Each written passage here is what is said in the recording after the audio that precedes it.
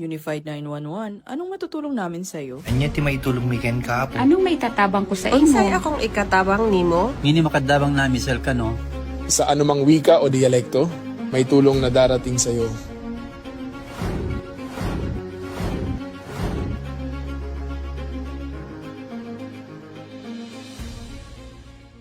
Lilingkod sa bawat Pilipino at magbibigay ng tamang impormasyon para sa tahimik at maayos na Pilipinas. Police News Network, alagad ng batas, tagapagtaguyod ng balitang pulis, sandigan ng mamamayan, patnubay ng katotohanan.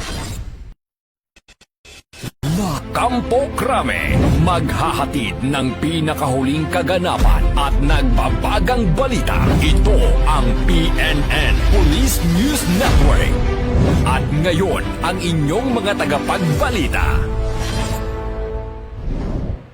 Magandang araw, Bagong Pilipinas. Ako ang inyong alagad ng batas, tagataguyod ng Balitang Pulis. Ako po si Patrolwoman Maria Danica Bungo mula sa Regional Mobile Force Battalion NCRPO. Maghahatid sa inyo ng tamang balita, kwento ng pulis at serbisyo para sa mamamayan. At ito ang PNP News Online, ang pangunahing balita ng Police News Network. Alagad ng batas, tagataguyod ng Balitang Pulis.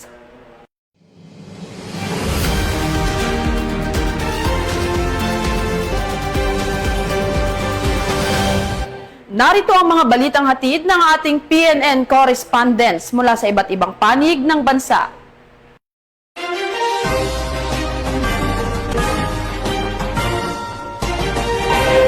Sa patuloy na operasyon ng Philippine National Police kontra iligal na droga, nasabat ang 476,000 halaga ng hinihinalang shabu sa buy-bust operation ng Police Regional Office 10 sa Lanao del Norte.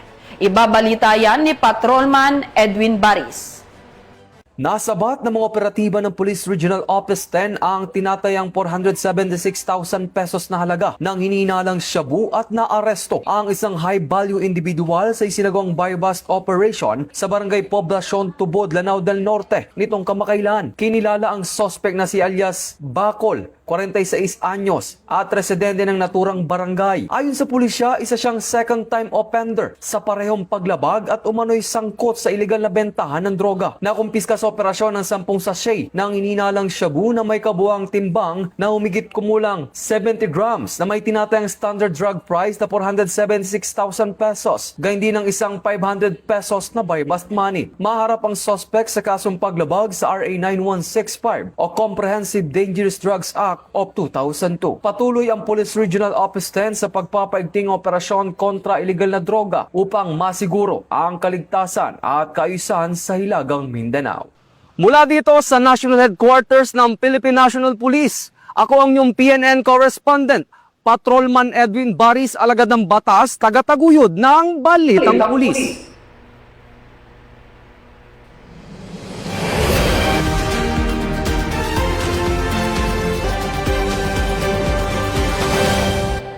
OLFCI Abra Chapter nagbukas ng bagong tanggapan at naglunsad ng Project Aruga sa Camp 1 Villamor Abra, kung saan nagkaroon ng feeding program at gift-giving activity sa mga batang mag-aaral. Muling nakibalita dyan si Patrolman Edwin Baris. Formal na pinasinayaan ng Officers Ladies Club Foundation Incorporation, Abra Chapter, ang bagong office sa Camp 1 Villamor, Barangay Calaba, Banguet, Abra nitong kamakailan. Pinangunahan ng programa ni na Mrs. Lilibet A. Dilag, advisor ng OLCFI Procar, kasama sina Mrs. Janet B. Domali, advisor ng OLCFI Abra Chapter, at Mrs. Maria Catherine Rojo, ang chapter president. Kasunod ng inaugurasyon, isinagawa ng OLCFI Chapter ang Project Aruga, isang feeding at gift-giving activity para sa mga batang mag-aaral ng Camp 1 Villamor Child Development Center. Layunin ng programa na magatid ng saya, pag-asa at suporta sa mga kabataan sa pamamagitan ng pagbabahagi ng pagkain at mga regalo. Ayon sa OLCFI, ang bagong tanggapan ay magsisilbing sentro ng koordinasyon, pagkakaisa at mga programang pangkomunidad bilang pagpapatuloy ng kanilang advokasya sa pagsusulong ng malasakit, pagkakaisa at serbisyong makatao sa komunidad. Mula dito sa National Headquarters ng Philippine National Police, ako ang inyong PNN correspondent, Patrolman Edwin Baris, alagad ng batas, taga-taguyod ng Balitang Pulis. Maraming salamat, Patrolman Baris. Nakiisa ang mga miyembro ng Special Operation Unit ng PNP Maritime Group sa isinagawang mobile blood donation activity sa Sarangani Province. Naging matagumpay ang programa sa tulong ng Philippine Red Cross, blood donors at iba pang mga grupo. Magbabalita dyan si Patrolwoman Luis Mariconde. Bilang pakikiisa sa adhikain na makapagligtas ng buhay at mapanatili ang sapat na supply ng dugo para sa mga nangangailangan, matagumpay na nakiisa ang mga tauhan ng 5th Special Operation Unit Maritime Group sa pamumuno ni Police Major Sir Dave Erickson Legaspi sa isinagawang mobile blood donation activity sa Kawas Covered Court, Barangay Kawas, Alabel, Sarangani Province nito lamang ika-3 ng Hulyo taong kasalukuyan. Ang aktibidad ay pinangunahan ng Barangay Council ng Kawas sa pangunguna ng Barangay Captain na si Honorable Francisco Labustro sa pakikiisa ng Red Cross na dinaluhan ng mga voluntaryong blood donors upang makapagbigay ng pag-asa at makapagsalba ng buhay sa pamamagitan ng voluntaryong pagdodonate ng dugo. Narito naman ang pahayag ni Sir Alexander Joseph Neil Arado, RMTCSR BS Donor Recruitment Officer. Nagsimula yung sakuna sa atin sa Jensan, walang dugo or walang donor or bloodletting na nangyayari kasi recovery pa ng Jensan at Sarangani.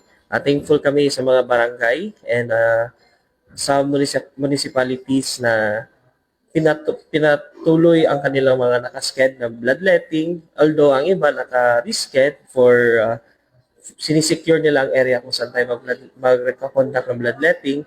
It makes us so happy kay magkakaroon tayo ng stock sa ating office na pwede natin ipapagamit natin sa mga taong nangangailangan.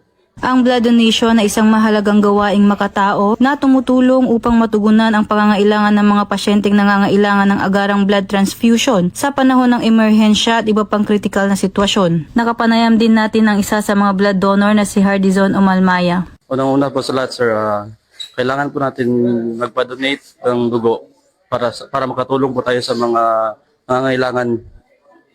At isa, needed po natin to magpa-donate ng dugo para sa ating pamilya. At sa mga nangangailangan, isa na din tayo para tumulong sa kanila.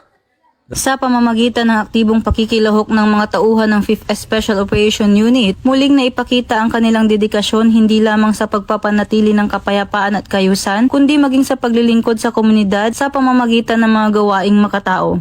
Ito, para lang ito makatulong sa ito. Kami mga grupo sa PNP Soyo, PNP Marital, para makatulong dito sa barangay nito at sa mga komunidad. Ang PNP Maritime Group sa pamumuno ni Police Brigadier General Crisaleo R. Tolentino ay patuloy na hinihikayat ang publiko at iba pang mga ahensya na suportahan ang mga programang tulad nito at makapagbigay ng bagong pag-asa sa mga kababayang nangangailangan alinsunod sa layunin ng PNP na makatulong sa pagsagip ng buhay sa pamamagitan ng pagdaragdag ng supply ng dugo para sa mga pasyenteng nangangailangan nito. Layunin din itong palakasin ang diwa ng volunteerismo, malasakit sa kapwa at responsibilidad panlipunan sa hanay ng mga kapulisan. Mula dito sa 5th SOU Maritime Group, Sarangani Province, ako ang inyong PNN correspondent, Patrolwoman Luis Mariconde. Alagad ng batas, taga-taguyod ng Balitang Pulis. Bagong PNP para sa bagong Pilipinas, serbisyong mabilis, tapat at nararamdaman.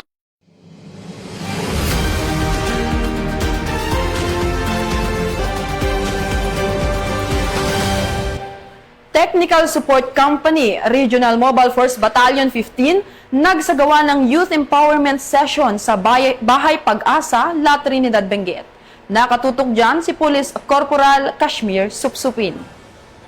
Matagumpay na nagsagawa ang mga kawani ng Technical Support Company, Regional Mobile Force Battalion 15, katuwang ang Battalion Headquarters at RMFB 15 Project Kalinga Team ng 3 araw na center-based value reformatory sa pamamagitan ng Youth Empowerment Session para sa mga Children in Conflict with the Law o CICL sa Benguet Bahay Pag-asa, Wangal, La Trinidad, Benguet.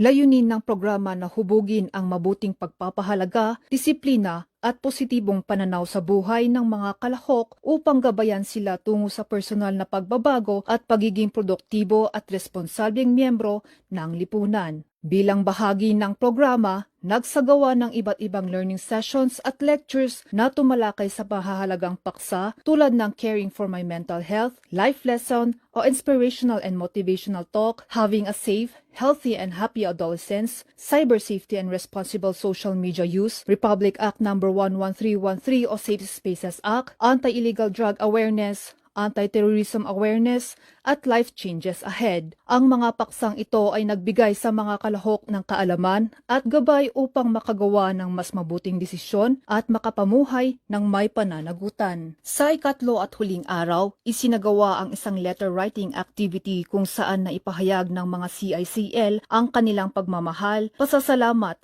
pagsisisi, mga natutunan sa buhay at pangakong magbabago. Isa sa mga pinakatampok na bahagi ng programa ang muling pagtatagpo ng mga kalahok at kanilang mga magulang.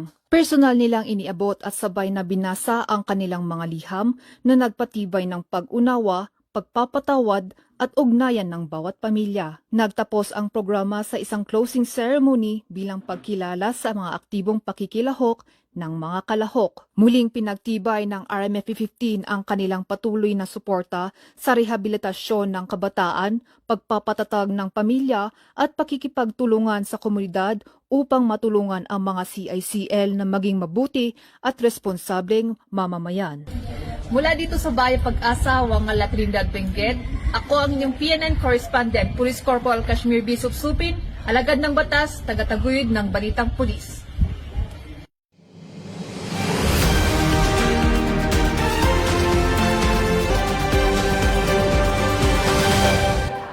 Mahigit 1.3 milyong pesos na halaga ng hinihinalang shabu ang nakumpiska sa buy-bust operation ng Rizal Police Provincial Office. Dalawang high-value individual na drug suspect, arestado. Patrolman Jurmar Abar, magbabalita.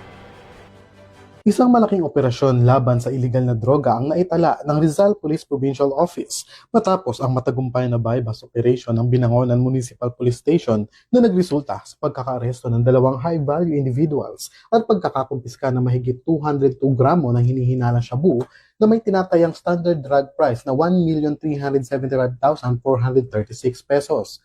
Kinilala ang mga naaresto bilang alias Kakay, 45 taong gulang, at alias Nonoy, 27 taong gulang, kapwa kabilang sa mga high-value individuals. Ang operasyon ay sinagawa gabi noong Hulyo 2, 2026 sa Binangonan, Rizal. Ayon sa ulat, nagsagawa ng buy-bust operation ng Municipal Drug Enforcement Team ng Binangonan MPS sa pamamagitan ng intelligence-driven operation at koordinasyon sa Philippine Drug Enforcement Agency. Nagresulta ito sa pagkakaaresto ng dalawang suspect at pagkakasamsam ng dalawang pakete at dalawang nakataling plastik na naglalaman ng hinihinalang shabu na may kabuang timbang na 202.27 gramo. Bukod sa iligal na droga, nakumpiska rin sa operasyon ng isang solder bag, dalawang cellphone, isang motorcycle, buy-bust money at perang hinihinalang mula sa bentahan ng droga. Matapos ang kanilang pagkakaaresto, ipinaalam sa mga sospek ang dahilan ng kanilang pagkakaresto at ang kanilang mga karapatang konstitusyonal bago dinala sa Binangonan Custodial Facility. Kasulukluyan ang hinahanda ang pagsasampa ng kasong paglabag sa Sections 5 at 11, Article 2 ng Republic Act No. 9165 laban sa mga ito. Mula dito sa Rizal Police Provincial Office, ako ang inyong PNN correspondent, Patrolman Junmar Abang, alagad ng batas, tagapagtaguyod ng Balitang Pulis.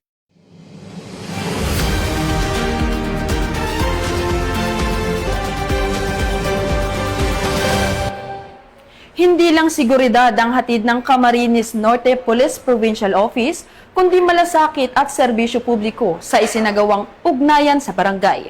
Program sa mga residente ng Barangay Asdum San Vicente, Camarines Norte. Police Staff Sergeant Cecilia Caudilla sa report. Isang makabuluhang araw ng pagkakaisa at malasakit ang isinagawa sa Barangay Asdum, San Vicente, Camarines Norte sa pamamagitan ng programang Ugnayan sa Barangay. Pinangunahan ito ng 9th Infantry Division Press Course sa pamumuno ni Mr. Dondi Consuelo, katuwang ang 902nd Brigade at ang Camarines Norte Police Provincial Office sa pamumuno ni Police Colonel Dave A. Mejia. Layunin ng programa na maghatid ng iba't ibang serbisyong makatutulong sa komunidad, lalo na sa mga kabataan at pamilyang nangangailangan. Kabilang sa mga isinagawang aktibidad ang pamamahagi ng hygiene kits, school supplies at mga aklat na magsisilbing gabay at inspirasyon sa mag-aaral na mga bata. Nagkaroon din ng storytelling activity na nagbigay ng saya, kaalaman at mahahalagang aral sa mga kabataan.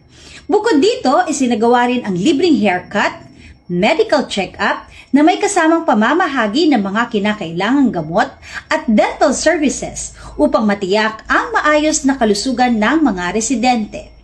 Sa pamamagitan ng sama-samang pagkilos ng iba't ibang ahensya, muling naipakita ang tunay na diwa ng bayanihan at malasakit sa kapwa. Ang programang ito ay patuloy na pagtutulungan ng pamahalaan, kapulisan, militar at komunidad. Mas marami pang buhay ang mabibigyan ng pag-asa at mas magandang kinabukasan. Isang taus-pusong pasasalamat sa lahat ng nakiisa at nagbahagi ng kanilang oras, serbisyo at pagmamalasakit para sa mamamayan ng Barangay Asdum, San Vicente, Camarines Norte. Mula po dito sa Camarines Norte Police Provincial Office, ako po si Police Staff Sergeant Cecilia Caudilla, nag-uulat para sa Police News Network, bagong PNP para sa bagong Pilipinas. Serbisyong mabilis, tapat at nararamdaman.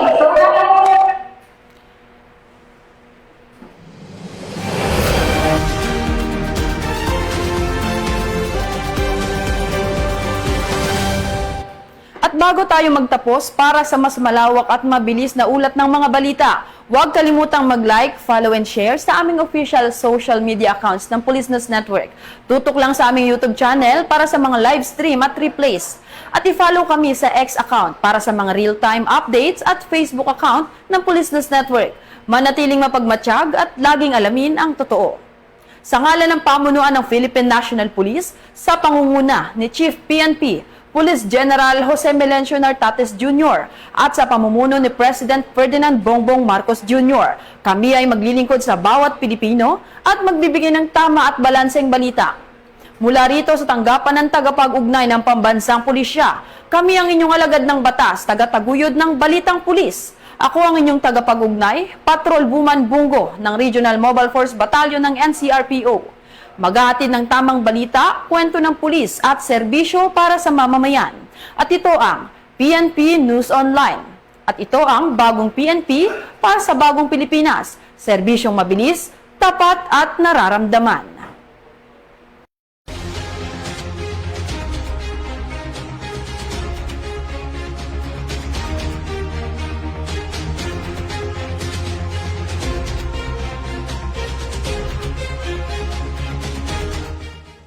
Police News Network, alagad ng batas, tagapagtaguyod ng balitang pulis.